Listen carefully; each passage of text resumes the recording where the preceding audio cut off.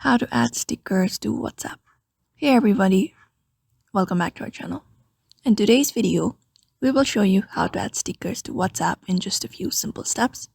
So let's just get started without any delay.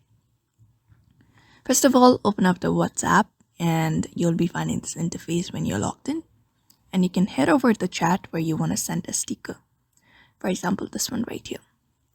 So when you head over to the chat, what you can do is go ahead and tap on the emoji icon in the text box, which is right here. Just go ahead and tap on it.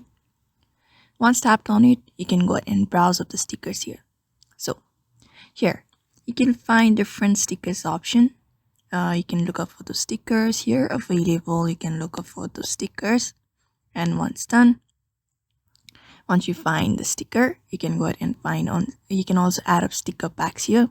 For that, you can go ahead and tap on this plus icon and they will be added on your screen.